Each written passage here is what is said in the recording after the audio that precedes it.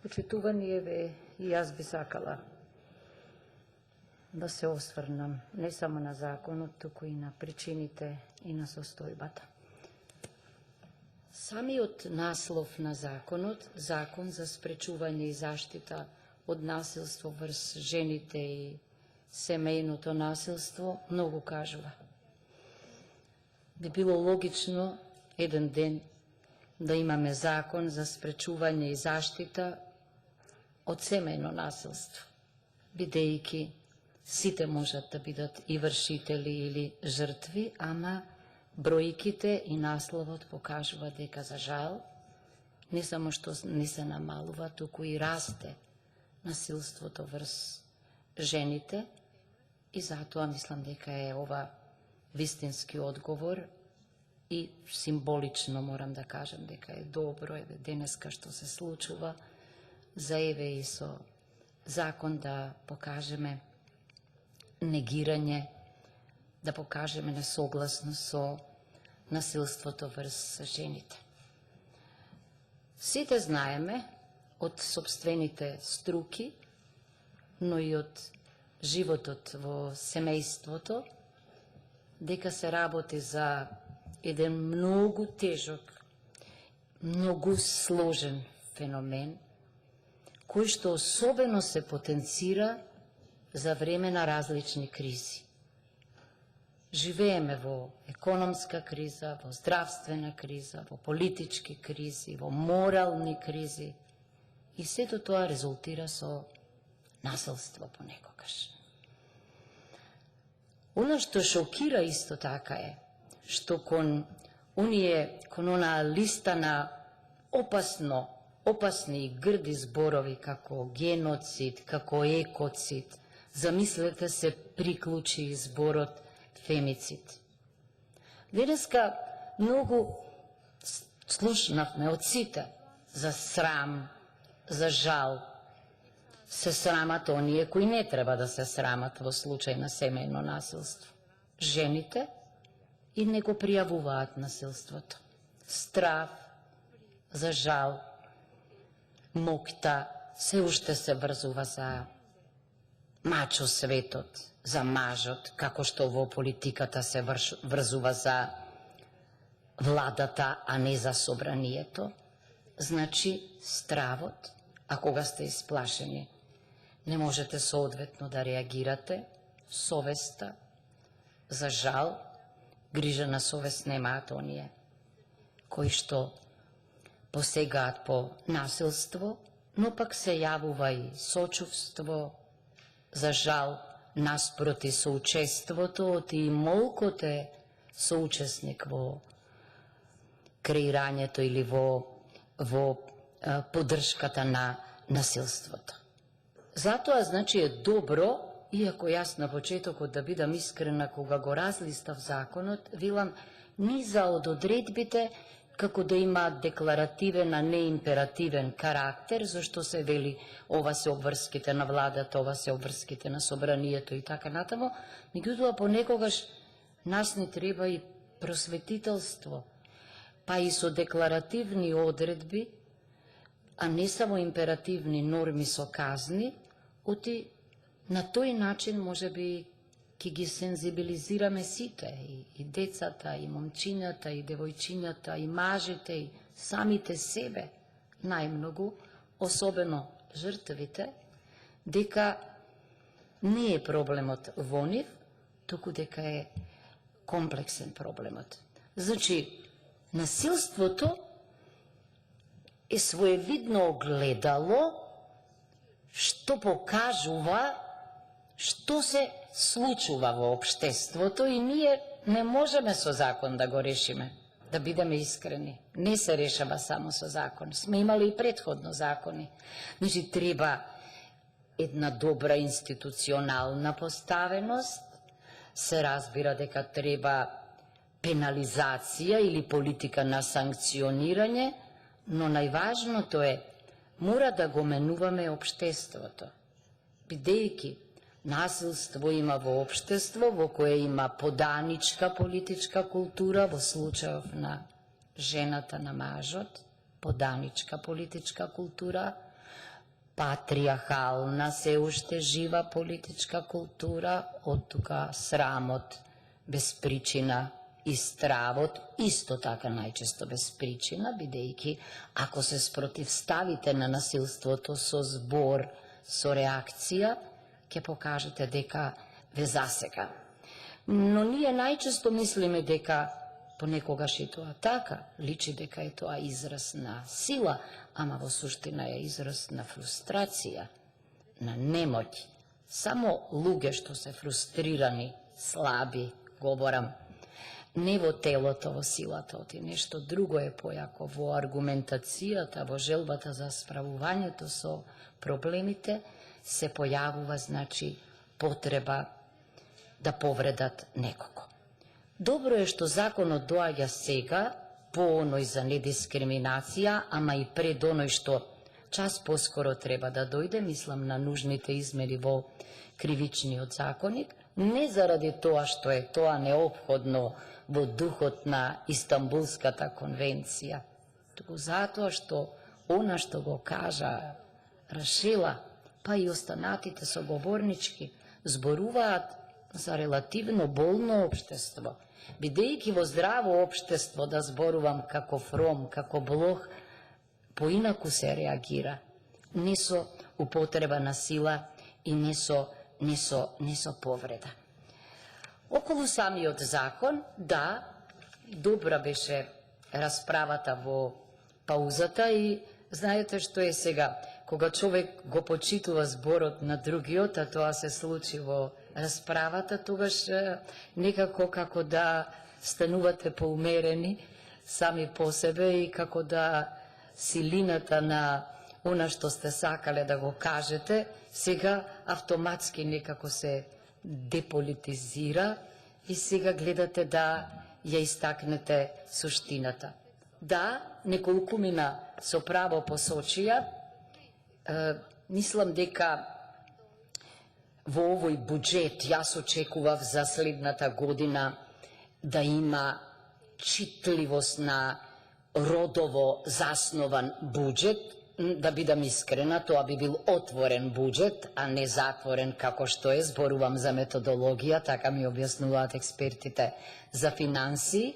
Меѓутоа се надевам дека наскоро, бидејќи имало, ќе мора ние да видиме и еден родово заснован буџет, дали со боја тоа ќе го препознаеме, за да можеме на вистина, она што овде се вели дека ќе се обезбедат средства по различни институции и сектори кои што се надлежни, дали на вистина правно така е поставено.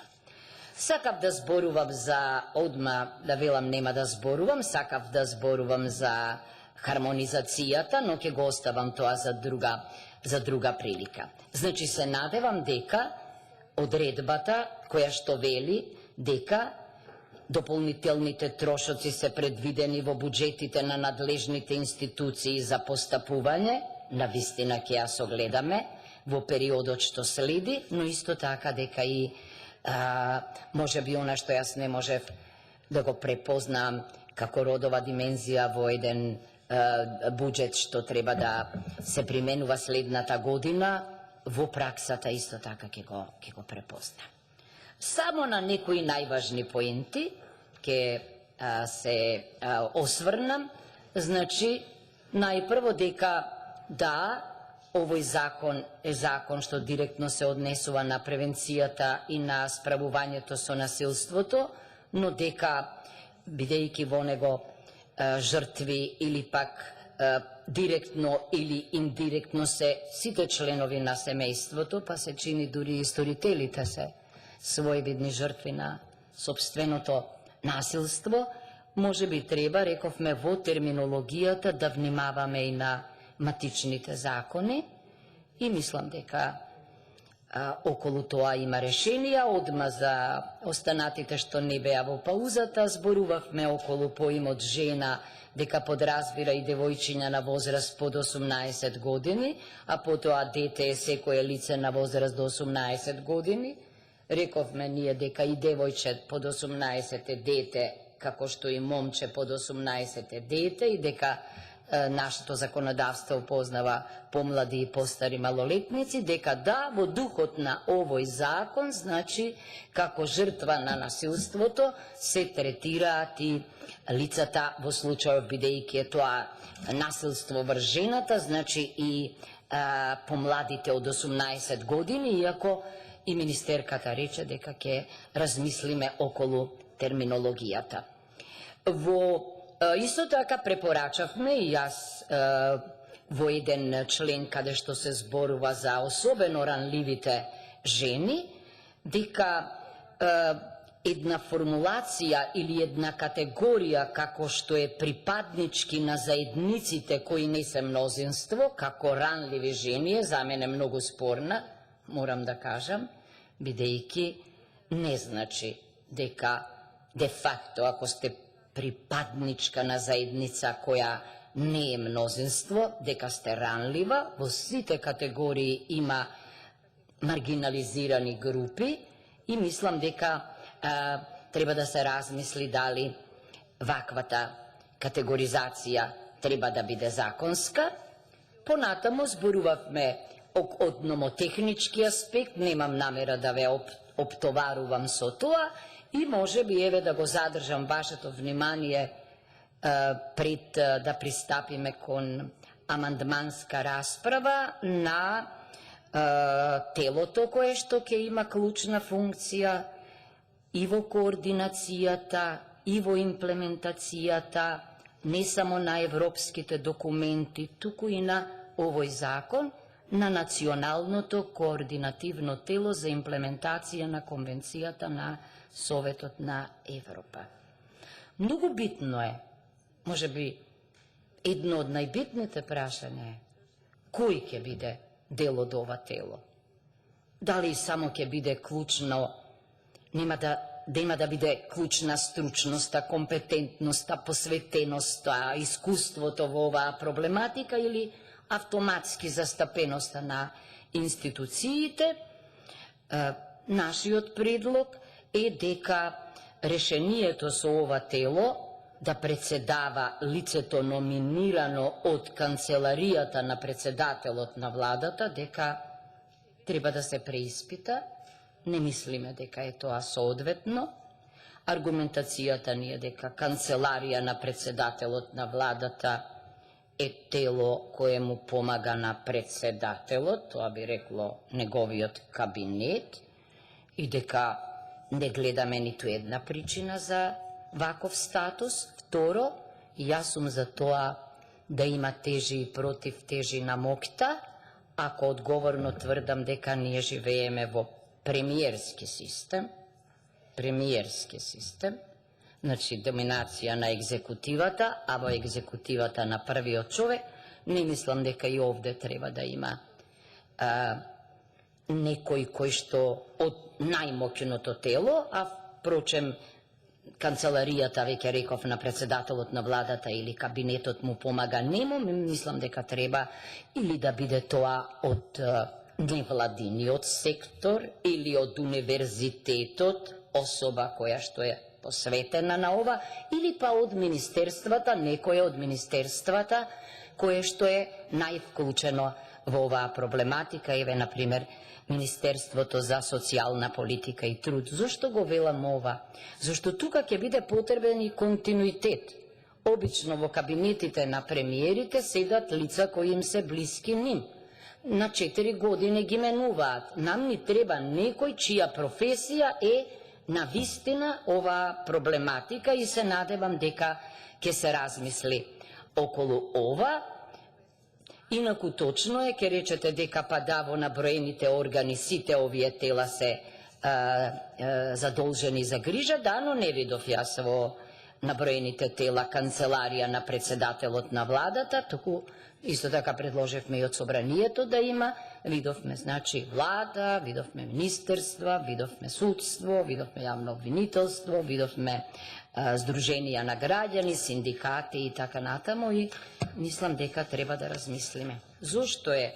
Зошто сите органи или малкуте органи што сме ги формирале врз основа на еден поширок состав кој што води сметка за стручноста, посветеноста и компетентноста. Овде мислам дека треба многу да се води сметка и за половата и родовата димензија, зашто мислам дека да имаше повеќе од 4 жени во владата и повеќе од 2 заменик министерки, веројатно и посветеноста на се што е врзано за родовата димензија и за половата димензија, па ако сакате и за насилството, ќе добиеше поинаков печат. Да бидеме искрени, светот виден со женски очи е малку поинаков од оној виден со машки очи и мене ми е јасно зашто понекогаш, значи, ние ги решаваме проблемите постудиозно, бидејќи потрнлив ни е патот животен. Повеќе учите, тогаш имате поголема одговорност. Мајчинството ви дава една друга димензија, димензија на емпатија, иако честопати велам оној прекрасен филм Крамер против Крамер покажува дека и мажи, никогаш не некирам дека може да бидат извонени родители. Еве, кога веќе родители, зошто мислам дека во време на ковид порасна насилството? Токму затоа што семејството се најде на едно место. Може би поголемото отсуство на мажите од дома оневозможуваше поблиски контакти. Сега се сите дома соочени со проблемите и ако вие немате пракса на одговорно родителство сите дома да сте, тогаш и не се снаоѓате најдобро и фрустрацијата, економска, како сакате, здравствена, секаква, за жал некои луѓе ги турка во насилство. Добро е, значи, и уште повеќе треба, проблемите да се решаваат таму каде што се создаваат, ако се социјалните центри на локално ниво, таму можат да бидат и најдобрите решенија. И целосно се согласувам со она што повеќемина од вас го кажа, но и невладините го истакнуваат дека не е само во бројот на шелтер центрите. Не, дури велат дека понекогаш тој ги задоволува проблемите, меѓутоа распоредот не е, се разбира, соодветен. Туку суштината е во оние во шелтер центрите. Дали навистина тие знаат, умеат и сакаат да го прават тоа. Мислам дека тука е најважно да се насочат средствата. Што е добро овде, не можам да не кажам, беше интердисциплинарниот пристап и кај интеграцијата, кај реинтеграцијата, исто така сите димензии. Не само казната, не само отстранувањето на насилникот, туку средствата, помош од психолог, здравствената заштита, едукацијата. Да заклучам, да не должам, и ќе имаме време за амандманите. Мислам дека ако е проблемот сложен, ние треба да тргнеме од суштинското. Не може да имплантирате шведски закон во македонски амбиент. Сигурни бидете. Не може и да ги превземете одредбите од било која конвенција, повторно ние ги се соочуваме со проблемите. Значи, треба не само да ги менуваме институциите, туку пред се односите. А со право многу од вас кажа. Промената е во самото семејство. Ако ние ги учиме дома децата дека се личности, рамноправни, кои имаат право да ни кажат на една возраст, не ми кажувај, покажи ми, па ние се шокираме. Значи, ако примерите на родителите се многу битни, особено на мажите, не само каде што работат, дома, значи, ако образованието го смениме ние, перцепцијата, и го менуваме, дека се тоа слободни личности кои можат да ги критикуваат и родителите и учителите, да не евалуираат нас и така натаму. Нема тој патриархален модел ке почне да слабее, тоа не може да се укине ни со устав, ни со закон. Значи, и јас понекогаш велам дека ако ги учиме на мир децата, па нема да прифатат еден ден ни оружје да земат, веројатно, ниту да го употребат оружјето. Значи, од дома, па ако сакате и преку партиите, ние и ден денеска во партиите имаме статус на патер фамилија, колку партии има жени, па и тие поинаку ги менаџираат работите. И на клучните функции, тогаш покрај правната рамка, која е неопходна, ќе изградиме институционална рамка, која го следи ритамот на природата, совршена, 50, 49, 51.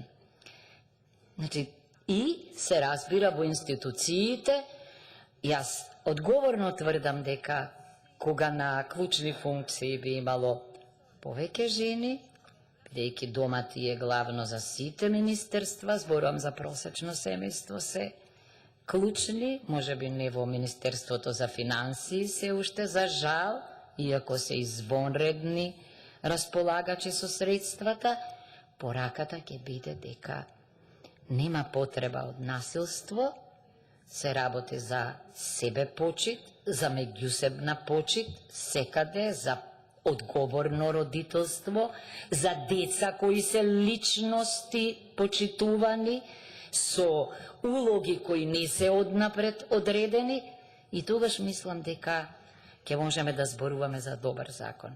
Не се согласувам дека имаме одлични закони, ама лоша пракса. Добар закон е само оној закон што е применлив.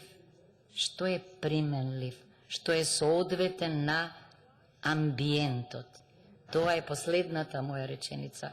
Не може да имплантираме шведско искуство на македонски прилики. Мора, инспирирани од шведското искуство, да го менуваме македонското искуство. Односите внатре, ако сакаме, значи, низ еден демократски процес. Дома, на училиште, на работа, да дојдеме до задоволни личности, несрекни личности посегаат по сила, сигурна сум во тоа, иако има постручни од мене, а тогаш, значи, тие и во градењето на општото, почита кон општото добро, ќе посегаат по збор, иако и зборот понекогаш може да биде убиствен.